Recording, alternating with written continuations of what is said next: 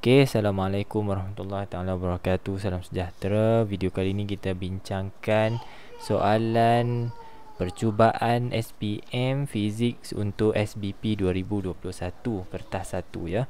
InsyaAllah kita akan bincang dalam part pertama ini dari soalan 1 hingga soalan 20 dulu. Okey.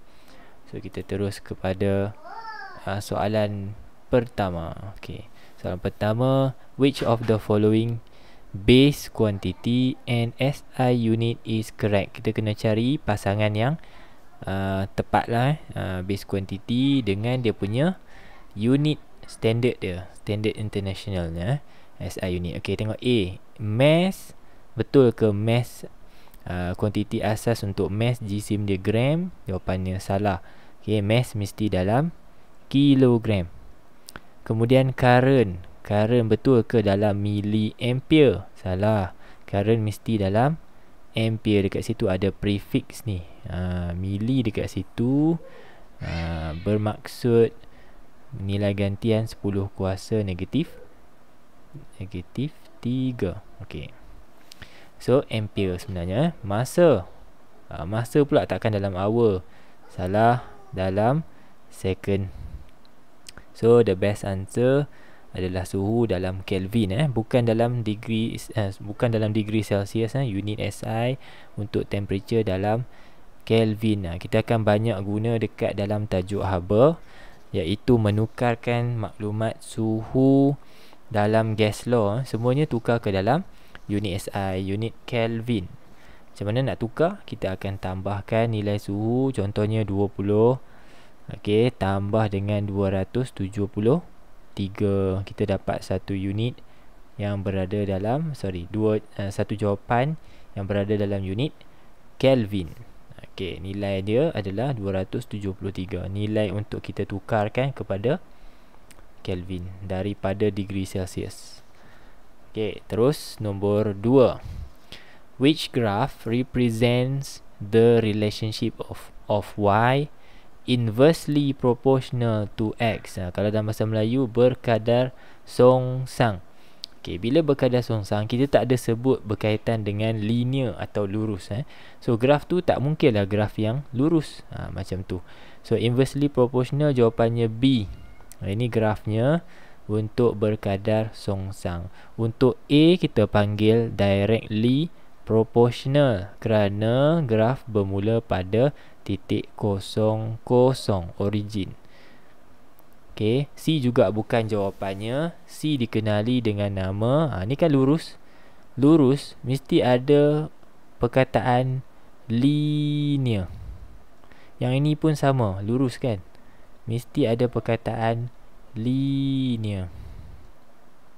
So yang C ni grafnya turun. So decreasing linearly, keyword dia ya. Jangan confuse pula, sebab yang ni pun berkurang, C pun berkurang, B pun berkurang kan, nampak macam lebih kurang sama. Tapi bezanya adalah perkataan linearly merujuk kepada berkurang dengan seragam, lurus. How about D? D pula linear juga sebab garis lurus, tapi graf ni meningkat. Jadi bila meningkat, increase linearly.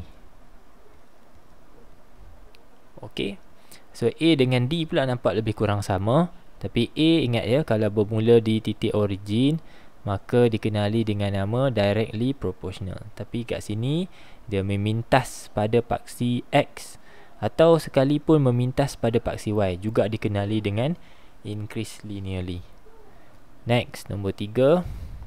Diagram 1 shows a velocity time graph. Ingat ya, dalam silibus ada 3 jenis graph of motion. Okay, graph of motion ada 3 jenis. Pertama, yang paling awal awak akan jumpa adalah displacement against time, sesaran melawan masa. Lepas tu jenis kedua adalah velocity melawan masa. Jenis ketiga adalah pecutan melawan masa. Ini yang kedua. Soalan ni merujuk kepada graf jenis kedua. Okey.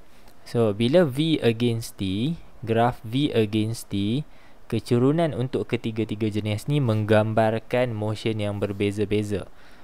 Contohnya kita tengok satu-satulah untuk jawab soalan ni, walaupun soalan tanya QR sahaja. Kita tengok curve untuk semua bahagian lah. Okay, misalnya daripada P kepada Q.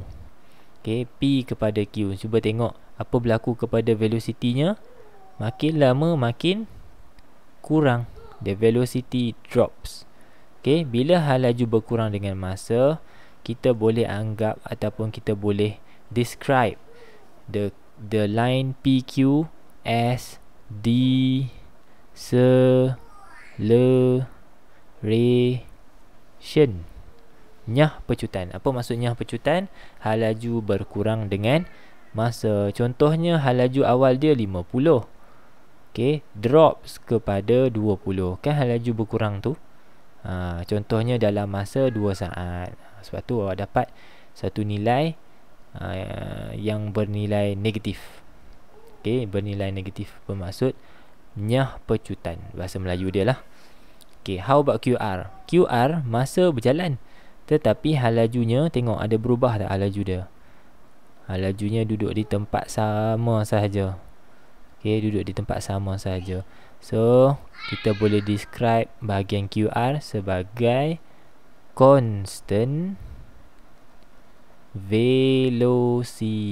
Hal lajunya malar, tidak berubah. Okay, itulah jawapannya untuk nombor 3. Jawapannya A. Okay, for the sake of learning saja, kita tengok RS pula. How about RS? Apa berlaku? Hal lajunya makin lama makin meningkat. The velocity rise ataupun increase. So kalau hal laju berkurang, kita panggil deceleration. Kalau hal laju bertambah, kita panggil acceleration, pecutan. Okay, so yang ni untuk graf V lawan T. Kalau S lawan T dengan A lawan T beza sikit lah. Okay, ada sedikit perbezaan di situ lah, walaupun curve-nya sama. Okay, kita move kepada soalan keempat.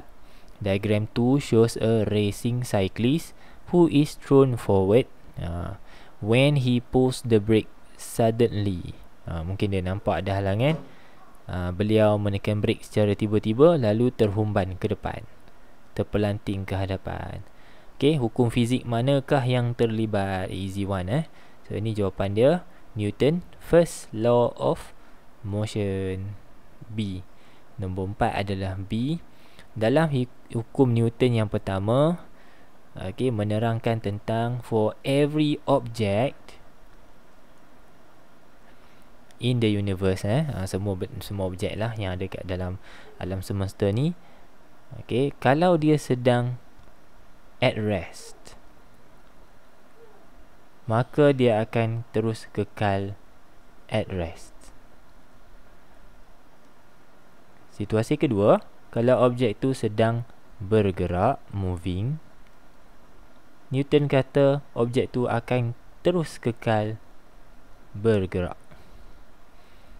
Okay, dengan syarat unless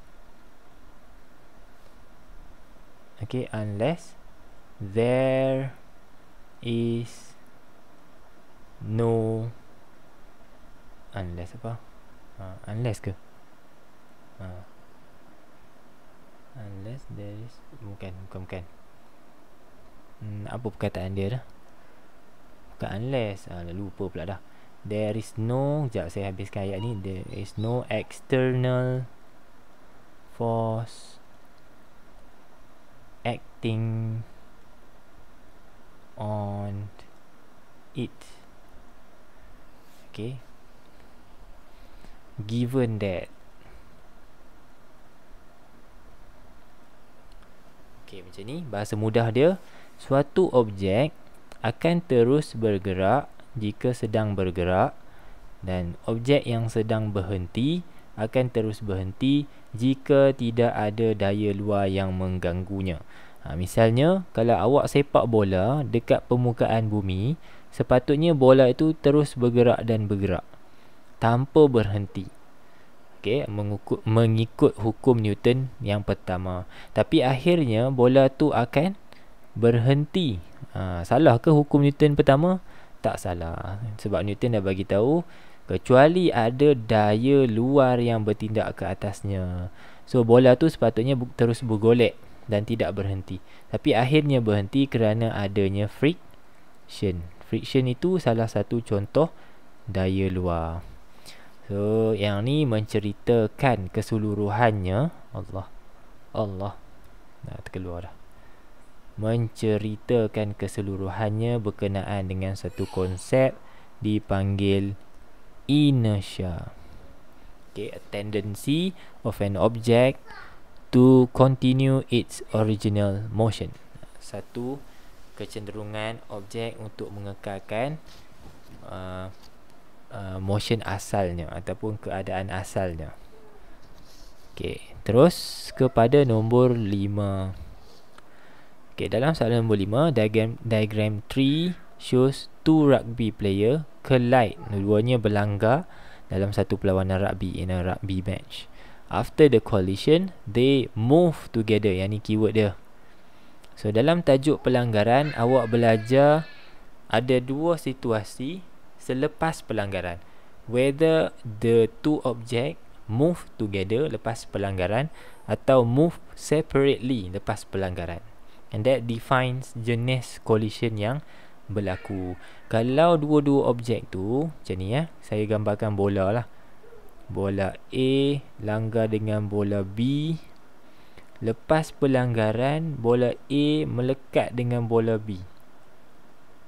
Bola A melekat dengan bola B, bergerak sekali, move together. Seperti mana dalam rajah 3 punya situasi ni. Yang ni dipanggil sebagai inelastic collision. Pelanggaran tidak kenyal. Pelanggaran tidak kenyal. Kenapa tidak kenyal? Sebab move together, bergerak bersama-sama. Kalau kenyal, something yang kenyal macam bola, kita baling dekat dinding, bola tu patah balik, terpantul balik. Sebab bola bersifat kenyal. Jadi dia tidak melekat di dinding lah. Something yang tidak kenyal, confirm dia melekat dekat dinding. Macam tu analogi dia lebih kurang. Dalam inelastic collision, formula, kalau kita nak rujuk balik formula, M1 darab U1 tambah M2 darab U2 sama dengan disebabkan kedua-duanya melekat, maka massnya kita satukan dengan operasi tambah. Ni as if macam kita anggap dia melekat dah menjadi satu jisim yang besar. Dan akhirnya bergerak bersama-sama. Sebab itu kita ada V besar sahaja kat sini. H laju sepunya. Sebab dia bergerak sekali, dua-dua objek bergerak bersama-sama, mana mungkin dia ada V1 dan V2. So akan ada V sahaja, bergerak bersama-sama, H laju sepunya. Soalan macam ni akan keluar dalam SPM awak. Ada satu jenis soalan yang melibatkan pilihan jawapan ABCD yang melibatkan huruf 1 hingga huruf 4 Roman. So awak kena pilih dulu kombinasi dia, barulah awak jawab dekat ABCD. Muhammad Zahin, kenapa tu? Nombor 5. Nombor kita tengok dulu mana yang paling senang kita nak tanda. Contohnya macam nombor 4. Kedua-dua pemain rugby mengalami pelanggaran tidak kenyal ataupun tak kenyal. 4 confirm betul lah. So kita padam A, kita padam C. Betul. A dengan C, tinggallah B dengan D. So nak tentukan ni sama ada nombor 1 dengan nombor 3. Nombor 3 pula salah. Pelanggaran kenyal salah. Nombor 3 salah, kita cancel nombor 3. Dah dapat jawapannya 1 dan 4. So nombor 1, jumlah momentum diabadikan. Betul. Sebab tu kita letak tanda sama dengan conserve. Apa yang conserve? Momentum. Macam mana kita tahu? Sebelah kanan ni merujuk kepada jumlah momentum sebelum, before collision. Okay, kalau tak tahu formula momentum, momentum adalah sama dengan jisim darab dengan laju, product of mass and its velocity. So M1U1 momentum untuk A, M2U2 momentum untuk B. Kita tambahkan, sebab tu kita panggil dia total sigma. Okay, sama dengan, tanda sama dengan kan, maksudnya conserve lah.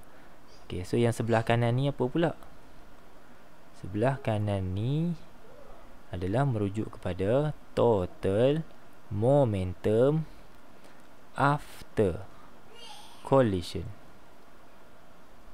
Jumlah momentum selepas pelanggaran. So kalau jumlah momentum dengan jumlah momentum sebelum dengan selepas pelanggaran adalah sama, bermaksud jumlah momentum diabadikan, conserve. The total momentum in this case was ataupun is conserve. Tidak berlaku kepada tenaga kinetik sebab akhirnya kedua-dua mempunyai hal laju sepunya yang pastinya lebih rendah daripada asal. Sebab tu tenaga kinetik tidak di-conserve. Okay, A dengan B ni asalnya ada hal laju lain Okay, masing-masing punya hal laju. Bila dah bercantum, dia ada hal laju lain, maka tenaga kinetik tak sama lah. Tidak sama. Okay, next, nombor 6 saya tak buat. Sebab apa saya tak buat? Saya tak ingat sebab apa tak buat. Tak apa, kita terus nombor 7.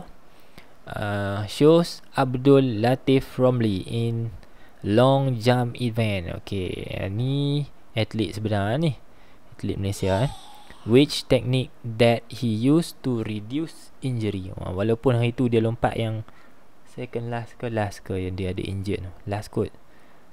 Okay, macam mana reduce injury? Dia tak boleh elak injury, tapi macam mana dia nak mengurangkan risiko kecederaan? Jawapannya adalah membengkokkan lutut ketika mendarat. Bend the knee when landing. Ada ke mendarat satu kaki? Mana boleh mendarat satu kaki. Ingat maintain. B, landing on straight leg. Dahsyat. C, uphold the body, maksudnya menegakkan badan. Tak ada, dia mesti nak landingkan badan dia sikit lah. Lean backwards ke? Lean backwards. So apakah konsepnya di sini? Konsepnya adalah berkaitan dengan impulsive force. In case keluar paper 2 ke kan, impulsive, silap ni I. Dalam impulsive force, formulanya, kalau kita tengok formula, MV tolak MU bahagi T. Okay, dua bahagian yang awak kena fokus kat sini adalah bahagian T, iaitu impact time. What is impact time? Impact time ni adalah masa sentuhan. Masa sentuhan. Okey, masa sentuhan apa? Masa sentuhan kaki Abdul Latif Romli dengan pasir. Okey, kaki dengan pasir. Apabila Latif Romli membengkokkan kakinya, beliau telah berjaya memanjangkan masa sentuhan. Maksudnya kaki dia dengan pasir bersentuhan dalam satu jangka masa yang lama. Dan disebabkan itu, apabila impact time bertambah, maka impulsive force akan berkurang. Okay, dalam exam jangan buatlah tanda anak panah naik, anak panah turun ni. Awak buat dalam bentuk ayat lah. Okay, kerana hubungan impulsive force dan juga impact time adalah berkadar songsang. Apabila impact time bertambah, maka impulsive force berkurang. Apa kesannya? Apabila impulsive force berkurang, maka kuranglah daya yang bertindak ke atas kaki dan juga lutut Latif Romli. Apabila impulsive force berkurang, maka injury juga akan less. Okay, contoh dia lah. Nombor 8, Johannes Kepler succeeded in formulating three laws Dalam silibus KSSM yang ni, awak diperkenalkan kepada Kepler's Law. Ada 3 semuanya, tapi kita tengok mana satu yang diceritakan dalam soalan 8 ni. The square, maksudnya something yang kita square, of the period, maksudnya T besar, T square, of a planet's orbit is directly proportional to the cube. Ada something yang kita kuasa 3 kan, which is the orbital radius r. Kalau awak study dan awak rujuk, maka awak dah tahu yang ini adalah hukum Kepler ke-3. Hukum Kepler ke-3. Dalam formulanya T square bahagi dengan R cube untuk planet pertama ataupun objek pertama sama dengan T square bahagi dengan R cube untuk objek kedua. Apa syarat kita nak pakai formula ni? Syaratnya adalah kedua-dua objek 1 dan objek 2 mestilah mengorbit satu objek yang satu objek yang sama. Satu objek yang sama. Contoh macam ni. Matahari. Ni matahari. Macam telur dadar ni, macam telur mata ni. Ada 2 planet mengorbit matahari. Contoh. Kita ada planet X, kita juga ada planet Y. So apa persamaan planet X dengan planet Y? Dua-duanya mengorbit bumi. Maka kita boleh hubung kaitkan planet X dan planet Y melalui formula Kepler ke-3, hukum Kepler ke-3. Nombor 1 ni kita boleh letak untuk planet X, nombor 2 ni kita boleh letak untuk planet Y. What is T? T adalah period of planet's orbit. Berapa lama planet X ambil masa untuk buat satu orbit lengkap mengelilingi matahari. Itu nilai T1. Contohlah kan, planet X, dia kata planet X mengambil masa 24 jam untuk mengorbit matahari. Maka nilai T1 24 jam lah. Macam tu. R1 pula, jarak daripada pusat planet X kepada pusat matahari ataupun matahari adalah sejauh 20,000, contoh ya, 20,000 meter. Ni contoh je. Maka nilai R1 juga akan jadi 20,000. R tu merujuk kepada jarak daripada planet X kepada pusat putaran dia lah, iaitu matahari, 20,000 meter. Nanti cari juga untuk T2 dengan R2. Tengoklah soalan tanya yang mana. Hukum Kepler ke-3. Hukum Kepler pertama apa? Dalam hukum Kepler pertama menerangkan tentang semua planet mengorbit matahari dalam satu orbit yang berbentuk ellipse. Elliptical. Dia punya keyword dia ellipse. Ingat yang tu lah. Apa tu ellipse? Ellipse ni dia ada 2 foci kan. Kalau bulatan dia ada satu fokus je. Rujuk balik buku. Itu yang pertama. Kalau hukum Kepler kedua, same time same area. Yang bagi tahu macam ni. Contoh je, ni matahari. Saya terang secara ringkas je. Nanti kita jumpa soalan lain yang ada cerita pasal Kepler kedua, saya cerita balik. Planet yang sama, katalah planet Bumi lah. Bumi pada 2 tempat. Pertama, mendekati ataupun dalam orbit pada tempat dekat dengan matahari. Satu lagi tempat yang jauh dengan matahari. Ni bumi tau, yang saya buat warna merah ni bumi. Kalau kita buat 2 cakupan macam ni, daripada kawasan orbit A, lepas tu dia bergerak sampai B, kita dapat satu area kat sini. Kemudian bumi terus bergerak sampailah ke satu tempat yang dekat dengan matahari. Lepas tu kita buat dua cakupan kat situ untuk dapatkan satu lagi area. Katalah sini CD. Okey. Dalam hukum Kepler kedua menerangkan bahawa kalau awak cari area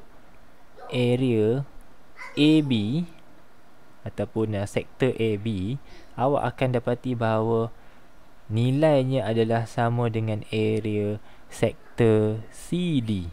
Walaupun nampak ni macam tirus kan. Yang ni nampak macam gemuk sikit dia punya sektor tu. Tapi bila kita total up carikan areanya, kita akan dapat jumlah area untuk dua-dua sektor adalah sama. Tu briefly lah Kepler pertama hingga Kepler ketiga. Okay, nombor 9. Diagram shows a geostationary satellite orbiting the Earth. Okay, awak belajar ada dua jenis satelit. Yang ni kita panggil geostationary. Keyword dia adalah stationary. Stationary tu macam mana? Kalau kita berjaya tengok satelit tu sentiasa berada di atas tempat yang sama setiap masa. Kalau dia memang duduk di atas Penang contohnya, awak tunggulah sampai bila pun dia memang duduk atas Penang. Berada pada lokasi yang sama saja. So dia panggil geostationary. Okay. Ciri-ciri geostationary satellite, kita tengok betul tak betul ni. The orbital period of the satellite is more than 24 hour. Sebab yang ni mengorbit bumi, jadi tempoh orbital period dia mesti sama dengan 24. Tak boleh lebih, tak boleh kurang. Ni pun sama, B kurang pula. Salah lah.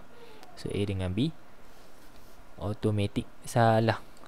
Dia punya T, kalau kita buat singkatan dia, T dia mesti 24 hour. Sebab yang di orbit itu adalah bumi. Okay. C, the satellite has direction of motion same as the direction of Earth rotation. Betul lah tu. Kalau bumi putar ikut mana, dia ikut putaran dengan arah yang sama, baru dia boleh kekal pada satu tempat yang sama. Istilah jawapan dia. Kenapa D salah? Above different geographical location. Salah. Tadi saya beritahu dah. Kalau duduk atas Penang je lah. Kalau duduk atas US je lah. Tu satelit geopegun. Kita panggil dia pegun sebab dia tak pergi mana-mana. Terapung di atas permukaan yang sama. Walaupun bukan dia tak bergerak, dia bergerak, tapi rotationnya sama dengan rotation bumi. Sebab tu kekal kedudukan dia. 10. Senang lah ni. Diagram shows a clinical thermometer used to measure patient's body temperature. Okay, masuk dalam mulut, bawah lidah. Kemudian lama sikit barulah doktor ataupun nurse itu akan baca suhu. Okey, yang ni dipanggil sebagai apa konsepnya? Thermal equilibrium. Thermal equilibrium. Okey, apa maksudnya? Pada satu jangka masa selepas keseimbangan terma dicapai, maka suhu badan pesakit ini akan menyamai suhu termometer ini yang dibaca oleh termometer ni akan menyamai suhu patient. Sikit nota kat sini, dalam thermal equilibrium ada dua condition. Nombor 1, akhirnya kedua-dua objek akan mempunyai suhu akhir yang sama, same final temperature. Tu saya kata tu, kalaulah suhu badan pesakit ni 40 darjah Celsius, tepat-tepat termometer ni akan baca 40 darjah Celsius. Given that the thermal equilibrium is reached. Tak boleh lah masuk termometer 2-3 saat terus tarik untuk ambil bacaan. Tak boleh, sebab thermal equilibrium belum tercapai. Nombor 2 adalah no net heat flow. Okey, yang ni pelajar selalu salah. No net heat flow maksud dia begini. Saya lukis dalam bentuk bongkah Mana ringkaskan lah. Kalau saya lukis objek tu mungkin susah sikit nak gambarkan. Jika ada dua objek dengan suhu yang berbeza, maka apabila kedua-duanya berada dalam thermal contact, maksudnya bersentuhan secara terma, akan berlaku pemindahan haba daripada A ke B. Saya tulis macam ni, Q A B, maksudnya pemindahan haba dari A ke B. Satu lagi, haba dari B juga berpindah kepada A, dipanggil Q B A. So heat transfer in both direction lah, daripada objek pertama pergi objek kedua, dari objek kedua pergi objek pertama, dua-dua. Tapi lepas satu jangka masa, after some time, and after thermal equilibrium is reached, selepas keseimbangan terma tercapai, maka jumlah haba QAB akan menyamai QBA. Contohnya 20 Joule, sini pun 20 Joule. Bila kita cari net heat flow 20 tolak 20, maka kita dapat kosong. Ini maksud dia no net heat flow, kosong. Bukan, yang pelajar selalu salah faham adalah haba dia sama dengan kosong. Haba yang dipindahkan adalah kosong, bukan kosong. Jumlah atau beza antara pemindahan haba itu adalah kosong. Maksudnya pemindahan haba berlaku dalam satu nilai yang sama banyak. Sini pergi sama banyak dengan pergi sana. Macam tu. Okey, 11. Zahin, diagram 6 shows a seal syringe containing air trap is heated. Okey, dipanaskan. So sini ada melibatkan suhu lah, temperature, in a beaker filled with water. After hitting the position of the piston, move upward. Okey, kita tengok gambar ni. Mula piston kat sini, ada sikit peningkatan posisi piston naik ke atas. Okey, tu nombor 11. Kalau awak baca betul-betul, awak akan dapat jawapannya sebagai C. Saya tak baca semula. So apa berlaku sebenarnya? Apabila suhu bertambah, temperature increase, the volume of trapped air also increase. Okay, so dekat sini T dengan V lah, volume. Apakah hukum yang govern kedua-dua situasi ni? Kalau kita merujuk kepada segitiga, Allah buruknya segitiga gas law tu kan, PVT. Okay, antara V dengan T ataupun V hubung kait dengan T, apabila temperature meningkat, volume juga meningkat. Ini dikenali sebagai hukum Charles. Okay, Charles Law. So dalam Charles Law, disebabkan kita hubung kaitkan V dengan T, maka ada dua benda yang kita pastikan constant. Pertama adalah pressure, kedua adalah mass of air. Okay, dalam tiga-tiga ni, kalau P dengan T pun mass constant, kalau P dengan V pun mass constant. Ini mesti kena ingat, pressure dengan mass. Kalau Boyle's law, temperature dengan mass. Kalau Gay-Lussac's law, volume dengan mass. Itu yang ditulis kat sini, pressure constant.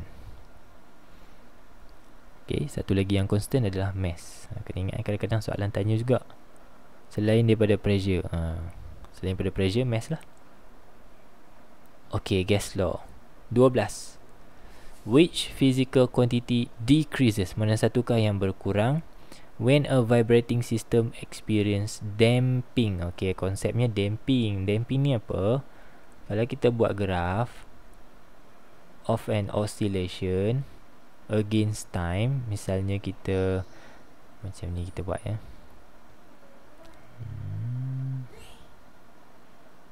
Okay, so this represent the phenomena called damping. Damping tu apa? Damping tu adalah fenomena where amplitude decrease with time. Okay, kalau kita label amplitude untuk dua tempat, misalnya sini dengan sini, boleh nampak beza dia tu. Amplitude berkurang. So 12 B. Okay, laju tak berubah, frekuensi tak berubah, wavelength juga tidak berubah. Okay, nombor 12, senang je. 13, diagram 7 shows plane wavefront propagate towards a plane reflector in an experiment by using a ripple tank. Okay, kita ada pemantul kat sini dan gelombang satah itu merambat mendekati pemantul, akhirnya terpantul. Okay, so dalam pantulan, pantulan yang paling awal sekali kan, senang kita nak hafal ni. Dalam pantulan semuanya tidak berubah. Dia tanyalah apa pun, laju ke, dia tanya frekuensi ke, wavelength ke. Dalam kes ni dia tanya frekuensi dengan, soalan tanya frekuensi dengan wavelength. Jawapannya dua-dua sama, tidak berubah, unchanged. Ada satu saja yang change, iaitu direction. Mestilah dah pantul, mestilah arah berubah. Awak lukiskan normal dia dulu, in case soalan tu minta lukis. Lepas tu awak buat dan cari sudut dekat sini, I berapa. Lepas tu awak tengok sudut, contohnya I awak dapat 40 contohnya, maka awak akan buat R awak juga sama dengan 40. Menurut hukum pantulan, I sama dengan R, Snell's law. Sudut 7 sama dengan sudut pantulan. So ingat, kalau pantulan, soalan tu soalan senang tu, paling senang pantulan. Dalam pantulan semuanya tidak berubah kecuali arah. Yang berubah hanyalah direction of propagation, arah perambatan sahaja yang berubah. Next, 14. Diagram 8 shows two campsites that are separated by a lake. Okey, ada dua camp belah sini dengan belah sini, dibahagi atau dipisahkan oleh tasik lah.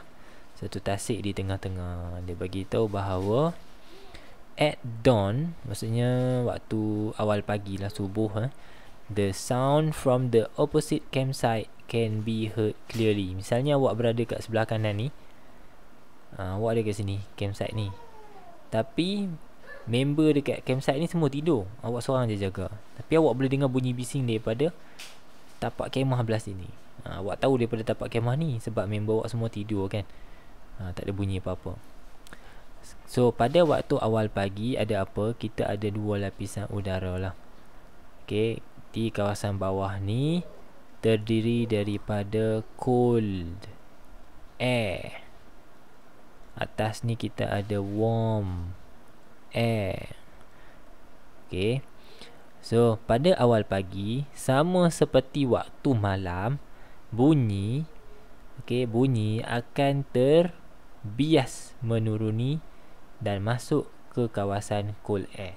Beza dengan waktu siang. Waktu siang bunyi akan terbias ke warm air, naik ke atas. So waktu malam dengan awal pagi, bunyi biasanya refracted towards the cold air, mendekati kawasan bumi lah. Sebab tu awak boleh dengar bunyi tu pada waktu awal pagi. Syarat dia awal pagi lah. Waktu siang dah kurang, tak boleh dengar. So ini adalah konsep refraction of wave. Refraction. Okay, kalau ada buku teks tu ada tu bunyi apa waktu siang dan malam tu ada. 15. Diagram 9 shows water wave propagating towards a gap. Okay, gelombang satah cuba untuk melepasi suatu celah. Okay, dah tahu lah ni. Kalau melalui celah aja, confirm diffraction. So boleh jadi jawapan awak A atau D. Salah lah ni. So apa berlaku? Dalam diffraction, plane wave are going to be spread out. Dia akan disebarkan. From, ni buruk lukisan saya ni. Awak jangan lukis buruk macam ni ya. Lukis elok. The wave initially in one direction, dalam satu arah, akan jadi, will be eventually spreads out into many direction. Dia pada satu arah, dia jadi banyak arah. Macam tu, spreads out, dan membentuk suatu gelombang atau wavefront yang bersifat circular, membulat. Jawapannya adalah A. Okay, so dalam diffraction, di satu fenomena di mana plane wave akan spreads out when passing through a gap ataupun a slit. Mana pula pen saya ni? A gap ataupun a slit ataupun obstacles. Okay, next, 16. Experiment produce an interference pattern on the screen using red light. Okay, cahaya yang warna merah. Tengok betul-betul dia pakai double slit. So ini fenomena ataupun dipanggil sebagai interference. Interference, kita dapat pattern macam tu. Okay, kalau tak ingat pattern dia tu, saya boleh lukiskan roughly macam ni lah. Dalam interference cahaya, awak dapati bahawa keputusan yang awak akan dapat adalah fringes, sets of fringes. Apa itu fringes? Jalur. Jalur tu jalur apa? Warnanya warna gelap dan warna cerah berselang-seli. Gelap dan cerah. Apa maksud dia? Awak akan dapat warna merah cerah, lepas tu gelap. Merah cerah, lepas tu gelap. Merah cerah, lepas tu gelap. Lepas tu merah cerah. Sebab apa merah cerah? Kerana kita pakai laser yang berwarna merah. Okay, tu pattern dia lah. In terms of pattern, macam ni lah rupanya kalau dilukis roughly lah. Macam ni. Okay, so tengok soalan kejap dulu. What could be done to increase? Soalan kata untuk meningkatkan. Okay, mark dekat situ supaya awak tahu fokus awak. To increase the distance between two consecutive dark fringes. Jarak di antara dua jalur gelap. Kalau saya label ni jalur gelap pertama ke jalur gelap kedua yang bersebelahan. Kalau saya label macam ni, okay, seperti kehendak soalan, ini merujuk kepada nilai, Allahu Akbar, ini merujuk kepada nilai, ya Allah, kenapa tu? Merujuk kepada nilai X. Ni X yang mana ni? Dalam formula interference, lambda sama dengan AX bahagi D. Formula ni disediakan pada helaian muka formula. Boleh tengoklah. Lambda sama dengan AX bahagi D. X yang saya baru tulis ni merujuk kepada X ini. Okey, jarak di antara dua jalur gelap ataupun jarak di antara dua jalur cerah, samalah X juga. Kalau awak ambil sini tengah cerah ni dengan tengah cerah yang bersebelahan, awak juga boleh dapat nilai X. So it happens that soalan tanya dalam kes macam ni lah, gelap ke gelap yang bersebelahan. Okay, tak apa. Dia kata dia nak X tu bertambah. X bertambah. Okay, kita tengok satu-satu, kita bincang. A, gunakan skrin yang lebih besar. Confirm salah. Skrin awak buatlah besar mana pun, bangunan tu besar mana pun, paparan dia tetap macam gitu juga. Saiznya tetap sama juga. Okey, tak sama langsung lah, tak terkait langsung. How about B? Increase the distance between the screen and the double slit. Menambahkan jarak di antara screen dengan double slit ni, sini ke sini. Okey. Screen and double slit ni merujuk kepada jarak D. Okey, berjarak D So kita tengok hubung kait D. Cuba kita ubah formula ni kepada D sama dengan, kita nak tengok hubungan dia D dengan X. So D bawa pergi atas, lambda bawa pergi bawah. Kita dapat AX over lambda. Okay, saya cuma interchange formula, interchange position D dengan lambda saja. Okay, kita tengok D dengan X. Bila kita increase D, increasekan D, apa jadi pada X? Nilai X juga akan bertambah. okey, nilai X juga akan bertambah. Sebab D dekat atas, D ni per 1 ya. Kalau siapa tak tahulah, dia punya shortcut dia D per 1 sebab D dekat atas kan. okey, so D bertambah atasnya, D dekat atas, X pun dekat atas. So bila D bertambah, maka X juga akan bertambah. Kecuali kat lambda lah, kalau D bertambah, D lambda berkurang. Macam tu lah dia punya shortcut dia. Saya pasti awak tahulah hubungan ni kan. So B adalah jawapannya. Kita check juga semak in case sebab X ni meningkat kan, dia nak X meningkat. B lah jawapan dia. Cuba tengok C dengan D ya. C dengan D kita boleh bincang lagi ni. C, replace the red light with green light. Okey, nak tukar warna merah kepada warna hijau. Buat macam ni. Kalau melibatkan warna, awak susun dulu. Michael Jackson kena halau balik India Utara. Okey. Yang saya baru tulis ni adalah susunan warna pelangi. Warna pelangi ni bukan kita hafal atau susun ikut suka. Sebenarnya kita susun ikut wavelength. Sebelah kiri being the color that have longest wavelength. Maksudnya warna merah adalah warna yang mempunyai panjang gelombang paling panjang. Warna ungu mempunyai panjang gelombang paling pendek. Tu bukan kita saja-saja nak hafal macam tu.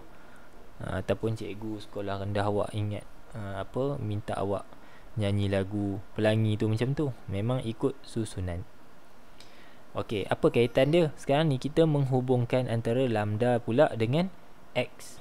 So by formula lambda sama dengan AX bahagi D. Kita nak hubung kaitkan wavelength dengan X. Sekali lagi dua-dua dekat atas. Okey, soalan kata warna merah tukar kepada warna hijau. Tengok, warna merah tukar kepada warna hijau. Apa jadi pada wavelength?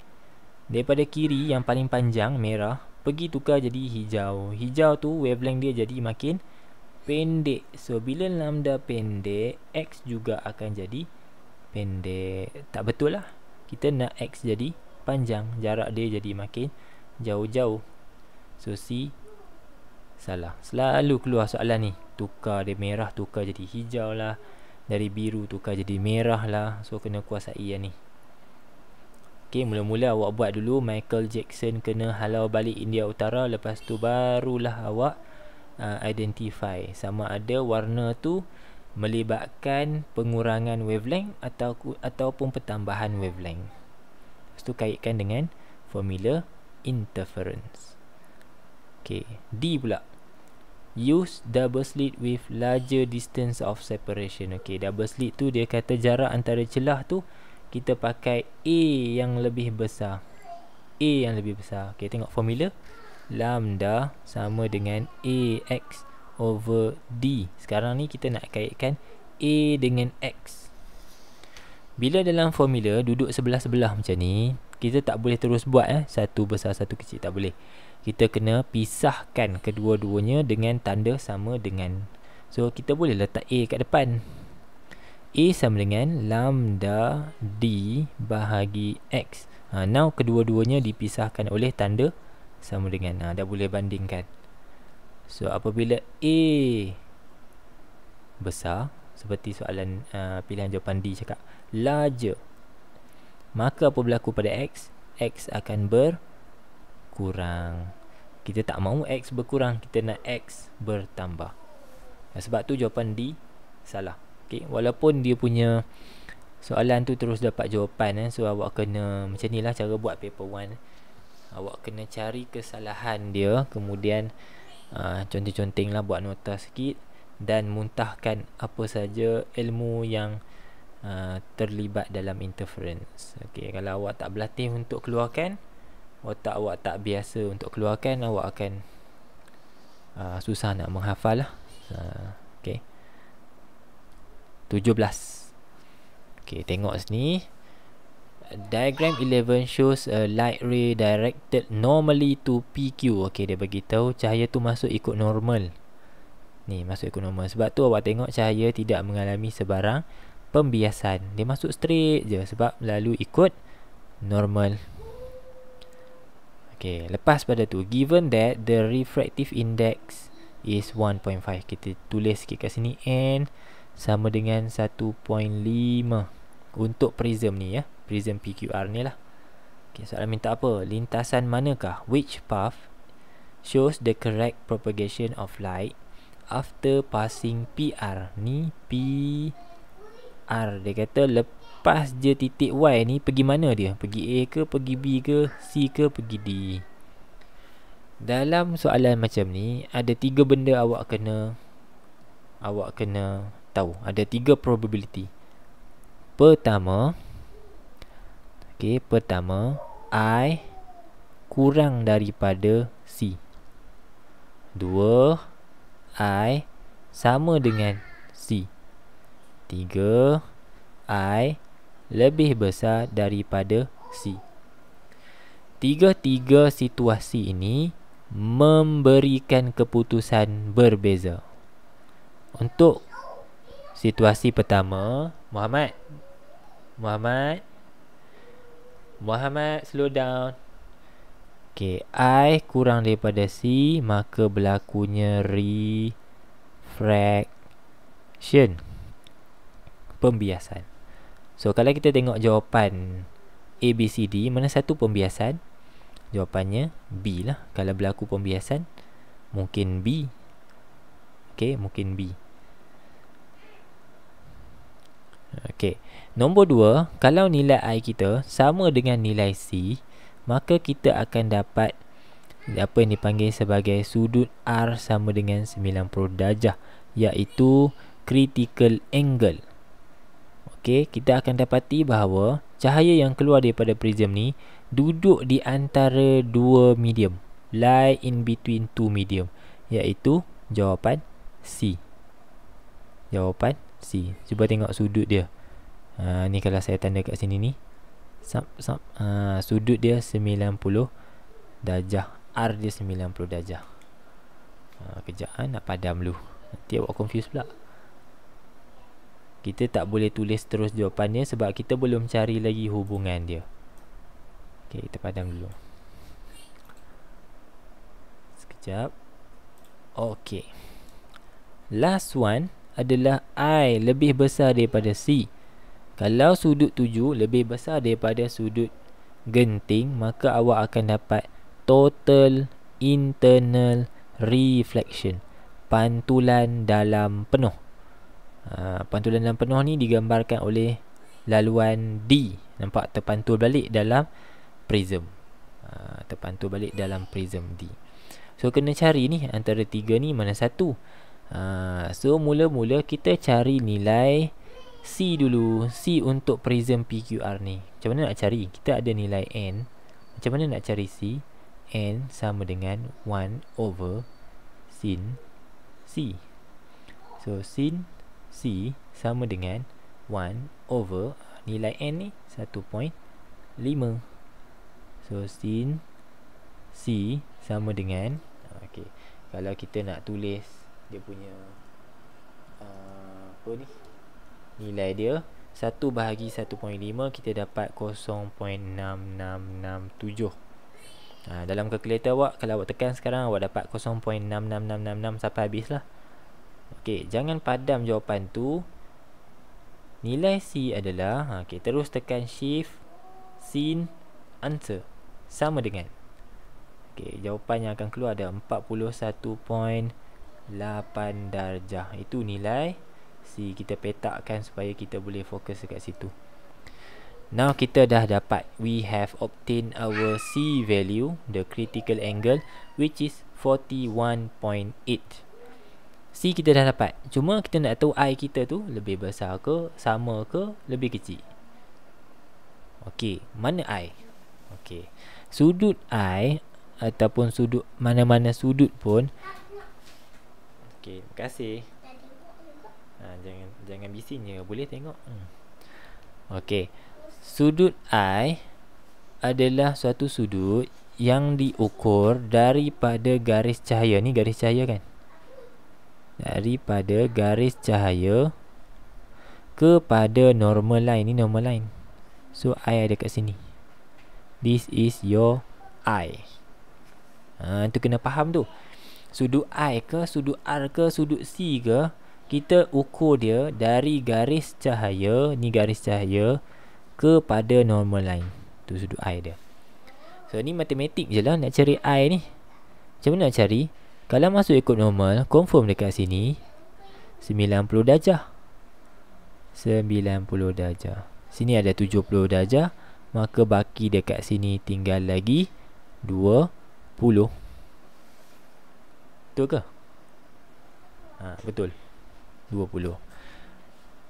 So 20 dengan I ni membentuk sudut 90 darjah, another 90 degree. So your I is actually 90 degree minus 20 degree, dapat 70 degree.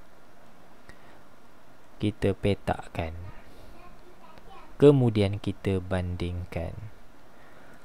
Ternyata nilai I lebih besar daripada C.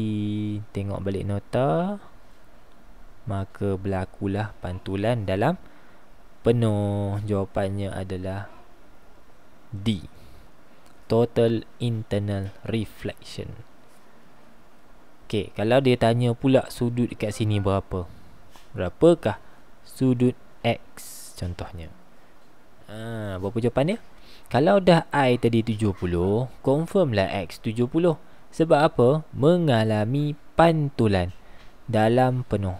The keyword pantulan di situ merujuk kepada sudut I, confirm lah sama dengan sudut pantulan X 70 jugalah.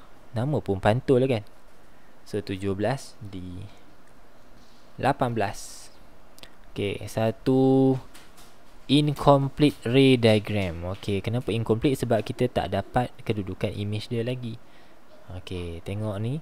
Kalau soalan berdasarkan soalan ini kita ada kanta, mana-mana kanta sekalipun, kalau ada ray pertama, maka buatlah dari kepala objek terus ke tengah kanta tanpa mengalami sebarang pembiasan. Straight je. Lepas tu awak letak nak panah.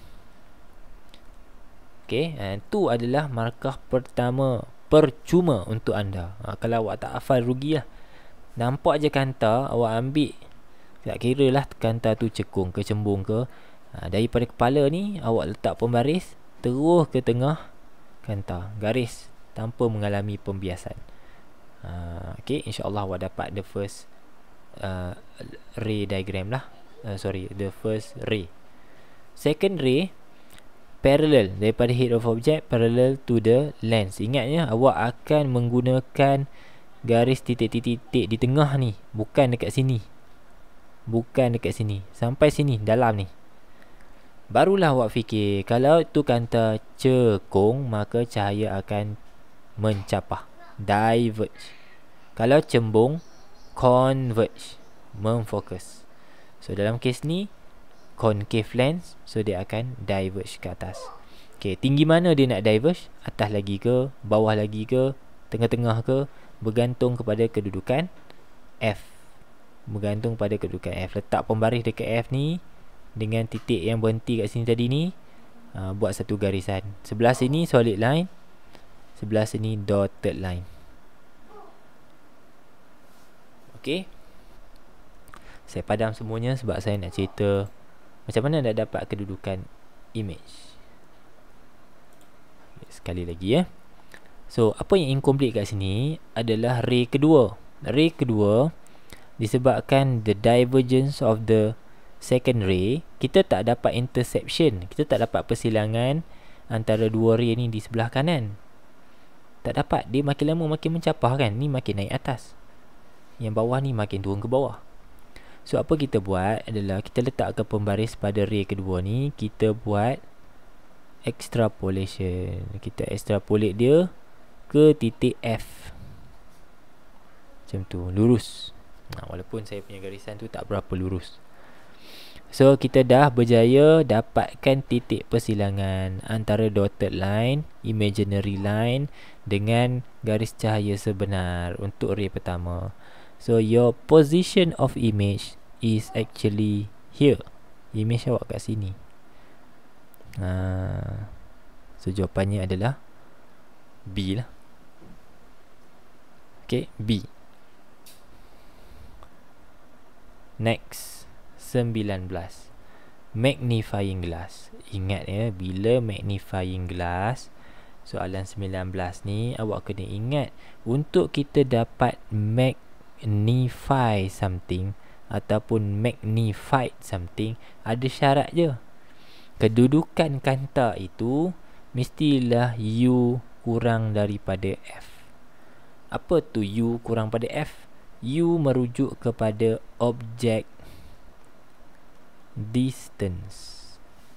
F merujuk kepada focal length. Kalaulah kanta pembesar ni focal lengthnya 20 misalnya, maka mestilah awak pastikan objek itu berada kurang daripada 20 cm. Barulah awak dapat satu image yang dibesarkan. Tu maksud dia. Ingat ya, jumpa kanta pembesar je, ingat yang ni, U kecil pada F. So untuk selesaikan soalan ni, kombinasi manakah yang benar, awak kena carilah U mana yang lagi kecil daripada F. Yang ni U, sini F, ya?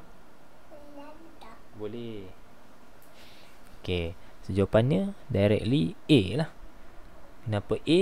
Kerana berdasarkan magnifying glass 10 lebih kecil dari 15. Yang lain semua tak betul ni. Yang ni sama, ni lebih besar, ni pun lagi besar. Okey, soalan terakhir, soalan 20. Concave mirror used to examine a patient teeth. Which image characteristics are correct for the concave mirror? Sama juga concave mirror, kalau kita nak dapatkan image ataupun kita nak make use of the concave mirror, saya lukis sekejap. Ok, lebih kurang macam tu lah. Sorry lah, terketar-ketar sikit. Ok, titik F, titik C Kemudian kita kena pastikan kedudukan objek, iaitu gigi, adalah berada kurang U kurang daripada F juga. Kenapa nak buat macam tu? Cuba kita tengok ray dia. Ni saya buat color lain, tengok. Boleh tak? Pointer option, ink color. Ok, kita buat color hijau. Ok, ray pertama parallel sampai dekat garisan belakang tu, kemudian dipantulkan ke titik F. Saya buat tak lurus roughly saja. Ok, kemudian kita guna pula titik C. Cahaya daripada kepala objek pergi ke cermin, dipantulkan semula ke titik C. Kita dapati bahawa kalau awak salin semula pada kertas, awak dapati bahawa dua-dua ray di sebelah kanan ni makin mendekati, bawah ni makin menjauhi, diverge. So kita extrapolate di sebelah kanan sehingga mana kedua-dua ray itu akhirnya bersilang. Misalnya kat sini. So image kita berada di sini, image. Apakah ciri image yang kita dapat? Pertamanya upright, tegakkan kepala ke atas. So tegak, yang songsang kita pangkahkan. Okey, adakah ianya real atau virtual? Tengok sini, kita punya shortcut Kalaulah ray yang bersilang itu, yang membentuk image tersebut, adalah hasil daripada salah satu dia tu ada dotted line, maksudnya imaginary line, maka automatic virtual. Kalau dua-dua ray tu solid dengan solid, kita dapat real. Solid dengan virtual, kita dapat solid dengan imaginary, kita dapat virtual. Imaginary silang dengan imaginary, juga kita dapat virtual. Ini shortcut dia. Okey, maka jawapan C juga salah. So 20 D. Okay, so I guess this is it untuk part 1. Kita akan bincang lagi 20 soalan dalam bahagian kedua. Kalau suka video macam ni, nak saya buat lagi untuk trial negeri lain dan juga paper lain, boleh share, boleh minta kawan-kawan support, boleh kawan-kawan ambil ilmu yang sama. Okay, boleh berkongsi lah. Semoga berjaya. Manfaatkan masa yang ada di akhir-akhir beberapa hari ni lah. All the best. Jumpa dalam part 2. Thank you. Assalamualaikum. Bye bye.